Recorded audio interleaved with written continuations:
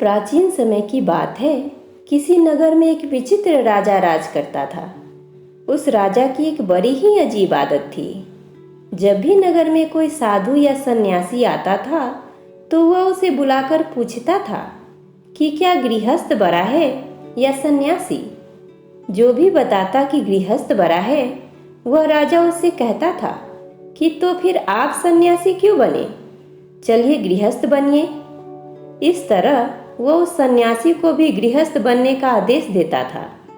और अगर जो बताता कि सन्यासी बड़ा है, वह उनसे प्रमाण मांगता था, जो यदि वह प्रमाण न दे सके तो वह उसे भी गृहस्थ बना देता था। इस तरह कई संत आए और उन्हें सन्यासी से गृहस्थ बनना पड़ा।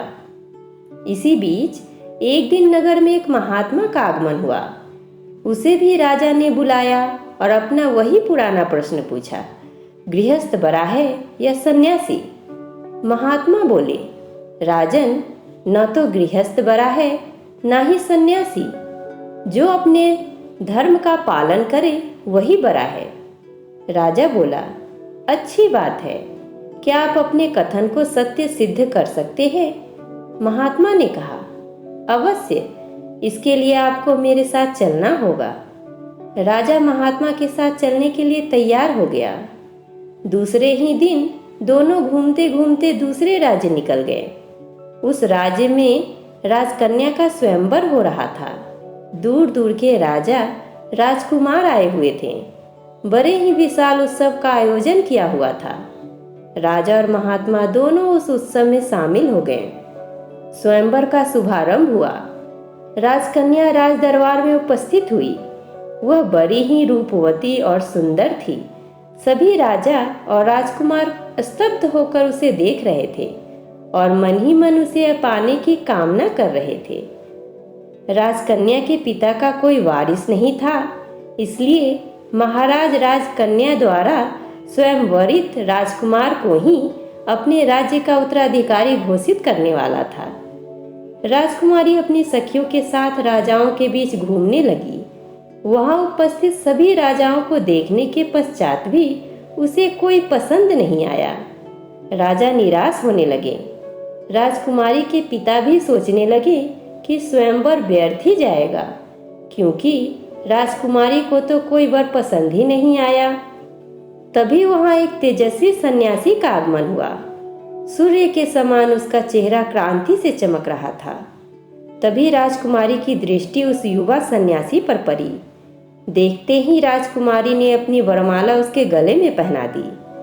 अचानक हुए स्वागत से वह युवा सन्यासी अचंभित हो गया।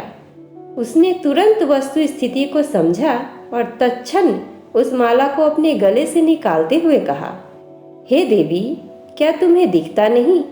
मैं एक सन्यासी हूँ। मुझसे विवाह करने के बारे में सोचना तेरी भूल है। तभी राजा ने सोचा, लगता है यह कोई भिखारी है जो विवाह करने से डर रहा है। उन्होंने अपनी घोषणा दोबारा दोहराई, हे युवक, क्या तुम्हें पता भी है, मेरी पुत्री से विवाह करने के बाद तुम इस संपूर्ण राज्य के मालिक हो जाओगे। क्या फिर भी तुम मेरी पुत्री का परित्याग करोगे? सन्यासी बोला, राजन, मैं सन्यासी हूँ और विवाह करना मेरा धर्म नहीं है। आप अपनी पुत्री के लिए कोई अन्य वर देखिए। इतना कहकर वह वहां से चल दिया। किंतु वह युवक राजकुमारी के मन में बस चुका था। उसने भी प्रतिज्ञा की कि मैं विवाह करूंगी तो सिर्फ उसी से, अन्यथा अपने प्राण त्याग दूंगी। इतना कहकर वह भी उसके पीछे पीछे चली गई। वह राजा और महात्मा जो यह वृतांत देख रहे थे, उनमें से महात्मा ने कहा, चलो हम भी उनके पीछे चलकर देखते हैं क्या परिणाम होता है। वह दोनों भी राजकुमारी के पीछे पीछे चलने लगे। चलते चलते वह एक घने जंगल में पहुंच गए। तभी वह युवक सन्यासी तो कहीं अदृश्य हो गया और राजकुमारी अकेली रह गई। घने जंगल में किसी को न देख राजकुमारी व्याकुल हो उठी। तभी यह राजा और महात्मा उनके पास पहुंच गए और उन्होंने राजकुमारी को समझाया। यह दोनों उसे अपने पिता के पास छोड़ने के लिए ले जाने लगे। वह जंगल से बाहर निकले ही थे कि अंधेरा हो गया। सर्दी की काली अंधियारी रात थी। भटकते भटकते यह तीनों एक गांव में पहुंचे। यह गांव के चौपाल पर जाकर बैठ गए। बहुत सारे लोग वहां से गुजरे, लेकिन किसी ने इस ठंड से ठिठुरते मुसाफिरों का हाल तक नहीं पूछा। तभी वहां से एक गाड़ीवान गुजरा।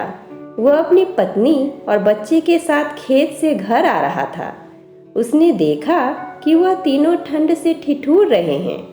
वह उनके पास गया और पूछताछ की तो महात्मा ने भटकते हुए मुसाफिर बता दिया।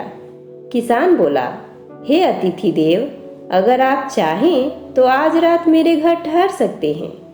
वह उनको घर ले गया, भोजन की पूछी और भोजन करवाया। उस दिन उनके घर में ज़्यादा अनाज नहीं था, अतः किसान और उसकी पत्नी ने अपने हिस्से का भोजन अतिथियों को करवा दिया और स्वयं भूखे ही सो गए। सुबह हुई। राजकन्या को उसके पिता के पास छोड़कर राजा और सन्यासी दोनों वापस अपने नगर को चल दिए। महात्मा ने राजा से कहा, देखा राजा, राजकन्या और राज्य को छोड़ने वाला वह सन्यासी अपनी जगह बड़ा है और हमारे अतिथि सत्कार के लिए स्वयं भूखा सोने वाला वह गृहस्थ किसान अपनी जगह बड़ा है। एक तरफ सन्यासी ने राज, वैभव और रमणी का तनिक भी मोह न करके अपने धर्म का पालन किया है, इसीलिए वह निश्चित ही महान है।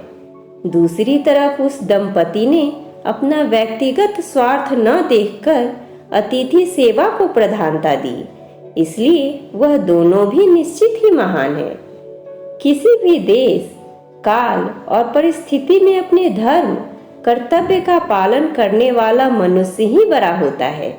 फिर चाहे वह गृहस्थ हो या सन्यासी, कोई फर्क नहीं पड़ता। इस तरह महात्मा ने अपनी बात को सत्य सिद्ध किया।